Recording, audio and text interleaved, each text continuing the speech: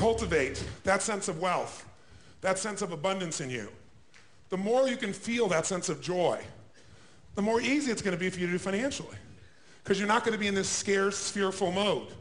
Now, that's not enough by itself. You can have this great sense of abundance and do the wrong mechanics and be a disaster. True or false? But if I had to have an area to get you started with, you want to have the emotion and psychological strength, because that's going to carry you through when the mechanics are boring or frustrating, or when things aren't working out. Your emotion, your psychology is what will carry you. It'll get you to keep doing it. Everyone knows, if you've done any studies, Dr. Seligman is very famous for doing studies on optimism. And in those studies, you know what he found out? People that are pessimists are much more realistic. They're much more accurate.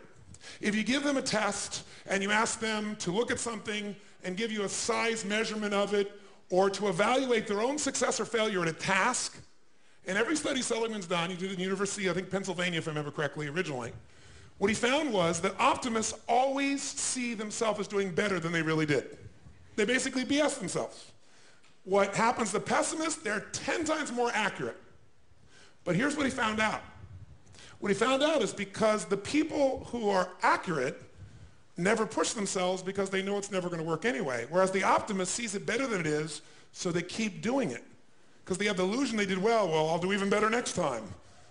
And because of that optimism, they did it more often, and so optimists succeed at a 4 to 5-fold, depending upon the task, result ultimately beyond anything that a pessimist will do, and they're not as accurate. All that's a big way of saying is, if you can develop a psychology of resilience in yourself, you don't have to be optimistic or fake, you can be real. The realness is, whatever shows up, you are larger than anything that can happen to you. You are larger than any financial challenge you could ever face. Who here has gone through a very tough financial time where you didn't know how you were going to pull it off, but eventually you did? How many have done this before? Say aye. How many have had this happen more than once in your life? Say aye.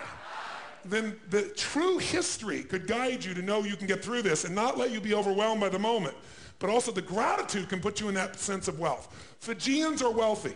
Whenever I bring friends there, we have 325 acres and 3 miles of ocean frontage. It's unbelievable. But you go up these 2 villages, and my friends initially will say, well, look at their houses, look at their homes, and they don't really have electricity, they don't have this, but they don't feel poor. It's your identity. The way you define the wealth determines whether you're wealthy or not.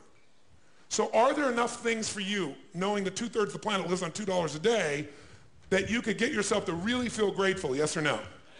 How much of your life do you get benefits from today that you never had to create? Think about it.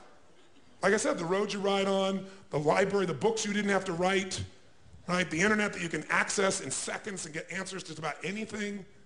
The people in your life that you didn't have to raise, but are there for you. Think about all the different aspects of your life. If you want to be wealthy, all you have to do is associate. So before we do the financial part, because financial independence is different than wealth. Wealth is that state of mind. Financial independence is being in that position where you don't ever have to work again. That if you work, you do it because you really want to. Now, I'll give you a clue. If you get financially independent and you don't work, you'll be miserable. I can't tell you how many friends I have that sold their company, made $50 million. One man made almost $1 billion and was really excited for a while. But after a while, it was like bored. His vehicle of his business gave him a sense of contribution, and he was always growing, figuring out how to solve problems, and he had all the people he was connected to in the business, all the employees and friends and associates, and he was significant because he was doing something worthwhile. And he had tremendous certainty because he knew the business, and also variety because it's always changing. And now he had this money.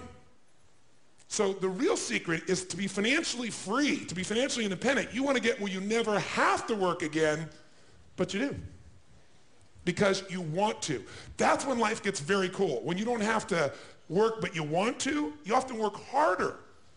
I enjoy my life today. I don't have to work. That's one of the most killer experiences in life. So I want to tell you, I'm not just saying this as some little positive thinking technique. I'm telling you, this is the secret, the real secret, to shift it inside of you and to add the real value.